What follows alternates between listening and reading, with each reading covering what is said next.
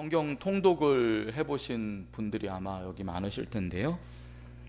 해보셔서 아시겠지만은 저희가 보통 창세기부터 성경을 읽다 보면은 창세기는 비교적 쉽게 대부분 다 읽습니다. 왜냐하면은 창세기는 그 서술 방식이 이야기로 되어 있기 때문입니다. 그러나 문제는 출애굽기에서 시작되죠. 출애굽기를 읽다 보면 처음에는 이야기로 되어 있기 때문에 창세기와 같겠거니 합니다. 하지만 이 20장에 들어서면서부터는 오르막길입니다. 처음에는 이야기로 시작하지만 20장부터는 온통 율법을 기록해 놓은 법전의 형식으로 출애굽기가 기록이 되고, 성막의 양식을 세세히 기록한 부분, 또 제사법에 대해서 기록한 부분들을 보면 마치 기술서적처럼 그렇게 기록이 되어 있기 때문입니다. 법전이나 기술서적을 재밌게 읽을 수 있는 분들은 그리 많지 않을 것입니다. 그런데 출애굽기는 단순한 법전이나 기술서적이 아니기 때문에 이해할 수 있기 위해서는 이 철학적 지식이 더해져야 합니다. 법전이나 기술서적 읽기도 힘든데 이해하기 위해서는 철학적 지식까지 필요하므로 출애굽기는 과히 쉽게 볼 수 있는 그런 말씀이 아니라고 할 수 있습니다. 성경에는 이처럼 쉬운 줄 알았는데 결코 쉽지 않은 말씀이 있고, 반면에 한 번 들으면 금방 흡수되는 그런 말씀도 있습니다. 근데 보통 우리는 어떻게 합니까? 한 번 들으면 금방 이해되는 말씀만 들으려고 합니다. 깊이 묵상하고 곱씹어 봐야 하는 어려운 말씀은 건너뛰려는 마음이 우리들에게 있습니다. 히브리서는 그런 마음을 가진 사람들에게 5장 12절에서 다음과 같이 말씀합니다. 때가 오래되었으므로 너희가 마땅히 선생이 되었을 터인데 너희가 다시 하나님의 말씀의 초보에 대하여 누구에게서 가르침을 받아야 할 처지이니 단단한 음식은 못 먹고 젖이나 먹어야 할 자가 되었도다. 믿음 생활의 기간이 오래되었다라고 하더라도 여전히 말씀에 있어서는 초보인 사람이 있다, 히브리서는 지적합니다. 그런 사람은 말씀 중에 이해하기 어려운 부분은 신앙생활은 오래되었더라도 여전히 건드리지 않고 넘어간다는 것입니다. 이런 사람에 관해 단단한 음식은 못 먹고 젖이나 먹어야 할 사람과 같다, 그렇게 히브리서는 비유하고 있습니다. 우리가 음식도 그렇지 않습니까? 어떤 분은 산의 진미를 앞에 두고도 먹지 못하는 분이 있습니다. 그런 분은 소화력이 없기 때문에 먹지 못하는 경우도 있고, 입맛이 없기 때문에 눈앞에 음식이 어른거려도 먹지 못하는 경우가 있습니다. 그런가 하면 먹어본 음식 외에는 이 새로운 맛을 보기 두려워하는 사람도 있지요. 향신료라든지 이런 것들, 냄새가 나서 아예 이 손도 대지 않는 그런 사람도 있습니다.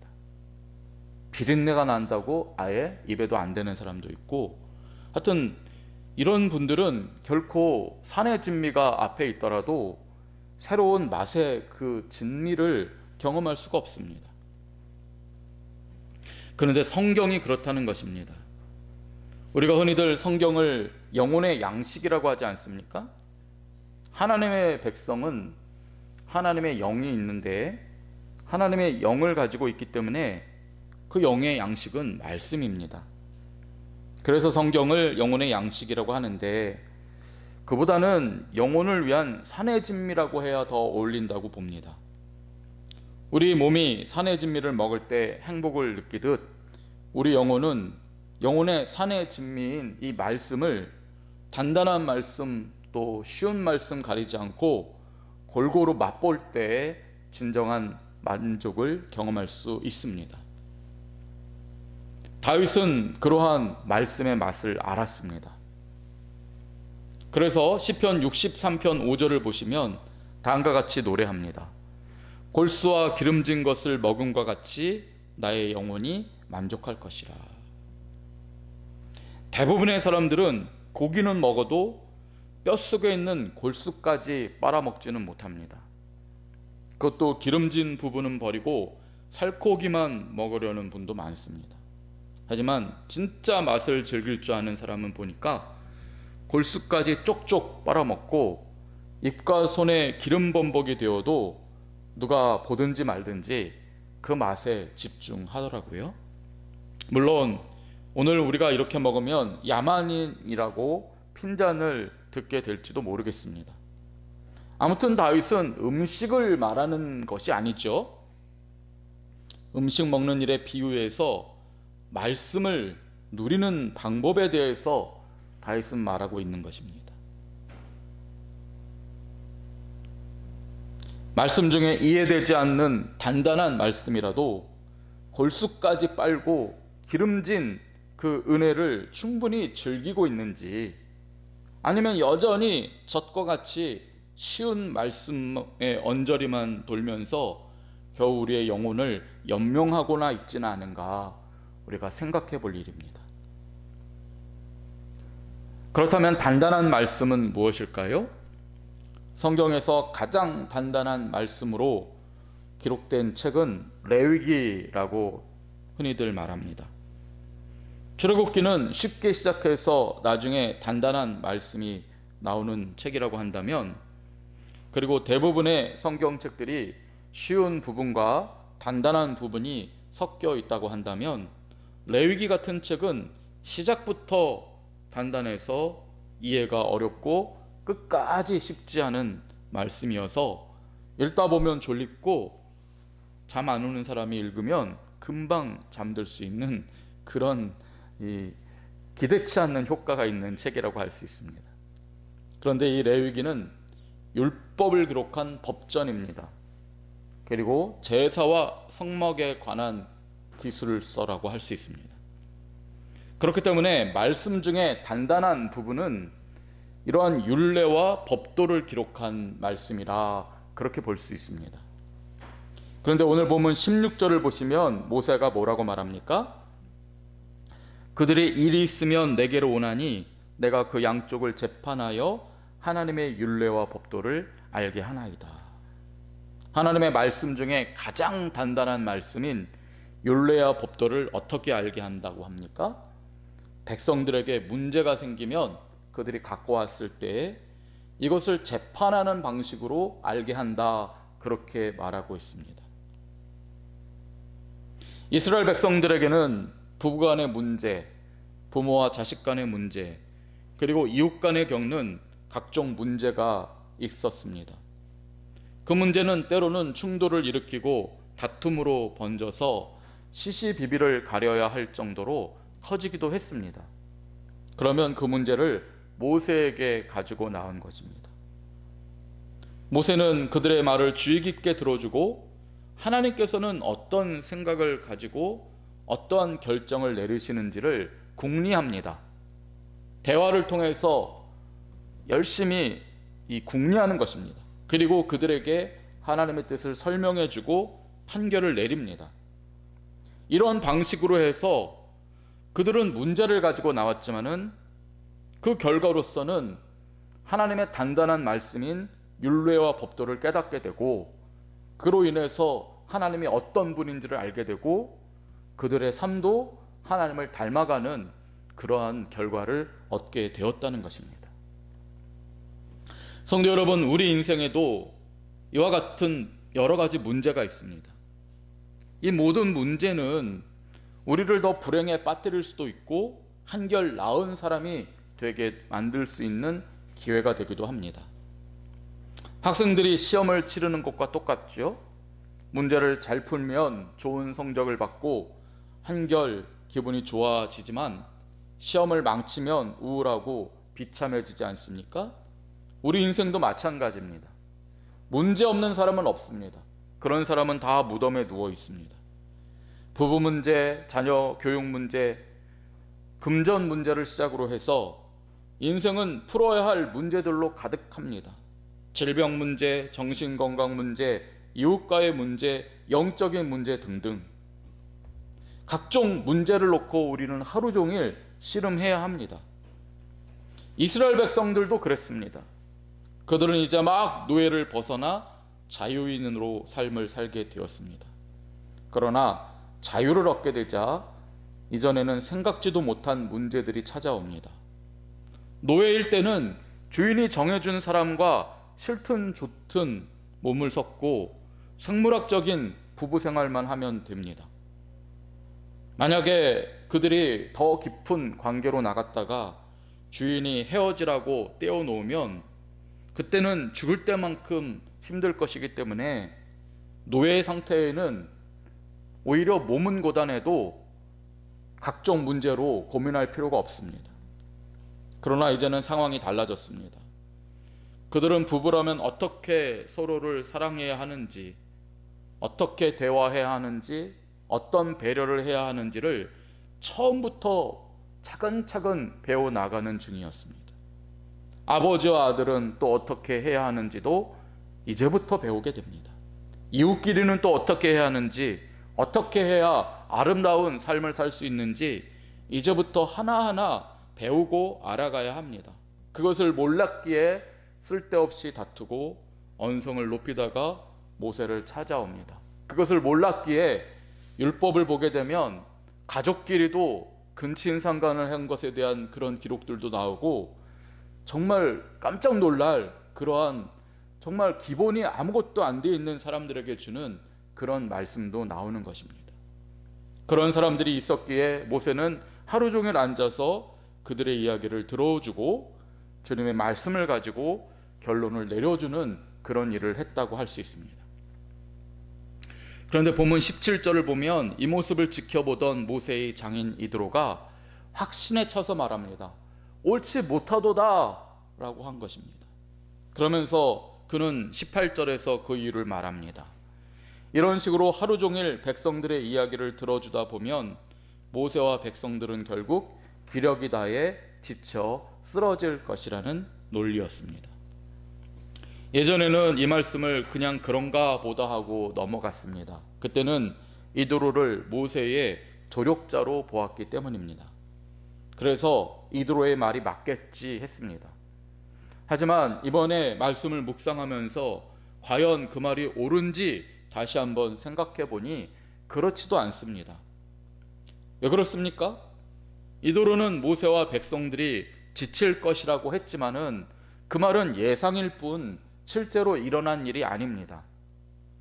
누군가의 분쟁을 주의 깊게 들어주는 것, 그리고 그 문제를 향한 하나님의 말씀을 궁리하는 일이 과연 사람을 지치게 할 것인지에 대해서는 이드로가 결코 알 수 없습니다. 왜냐하면 그는 말씀의 백성이 아니기 때문입니다. 하나님의 말씀을 하루 종일 궁리하고 그 말씀 안에 서려고 하는 사람이 지칠지 아니면 삶의 의미를 되찾고 생기를 얻을지는 직접 해본 사람이 아니고는 절대로 확신할 수 없습니다. 그리고 제가 생각할 때에는 모세와 모세 앞에 문제를 가지고 나온 사람들은 비록 육신은 힘들었을지 모르겠지만은 주님의 뜻을 궁리하는 그 과정 가운데서 더 큰 기쁨을 누리고 만족하고 더 성숙해졌을 것이라고 확신합니다. 지금 문제를 가지고 나온 이스라엘 백성들은 모세가 앉아있는 중에 서서 그 문제를 이야기하고 모세의 이야기를 들었다라고 성경이 기록하고 있습니다. 그들이 왜 서 있었을까요? 이도로는 그들이 서 있기 때문에 지칠 것이라는 지레짐작을 했지만은 본문 15절을 보시면 그들이 왜 서 있었는지 이유가 나옵니다. 백성들은 지금 모세의 의견을 듣고자 나온 것이 아닙니다. 그들은 지금 하나님께 여쭤보려고 모세에게 나온 것입니다. 모세의 판결을 받으려고 서 있는 것이 아닙니다. 그들은 하나님의 말씀에 순종하기 위해서 서 있었던 것입니다. 그러기에 그들은 문제를 가지고 재판하는 형식을 취했지만은 그로 인해 하나님의 율례와 법도를 알게 되었습니다. 재판에 져서 누가 매를 맞는 것이 아닙니다. 감옥에 가거나 또는 재판에 이겼다고 자랑스럽게 떠벌리는 그런 일 따위는 없습니다. 재판이라고 하는 치열한 이 형식, 치열하게 옳고 그름을 가리고 거기에 따르는 진리를 찾아가는 그런 치열하고 그 어떤 조밀한 그런 그 행동을 통해서 그들은 결국 하나님이 어떤 분인지와 그들이 어떻게 행복한 삶을 살 수 있는지를 치열하게 궁리했던 것입니다. 그러므로 율례와 법도는 아무리 우리를 쉽게 잠들게 하는 딱딱한 말씀처럼 보여도 그러한 형식을 가지고 있는 주님의 뜨거운 마음이라고 할 수 있습니다. 그리고 우리들은 이 문제를 적극적으로 궁리하고 주님의 말씀을 이해하려고 할 때 이 딱딱했던 율례와 법도의 껍질이 깨지고 그 안에서 진미가 흘러나오게 되는 것입니다. 그 진지한 과정, 그 깊이 묵상하고 되새기는 그 과정을 통해야만 딱딱한 말씀 안에 담긴 골수와 진액이 흘러나오고 말씀의 참맛과 능력을 우리가 경험하게 될 것이며 그때서 우리 영혼은 만족하고 기쁨을 누리게 되는 것입니다.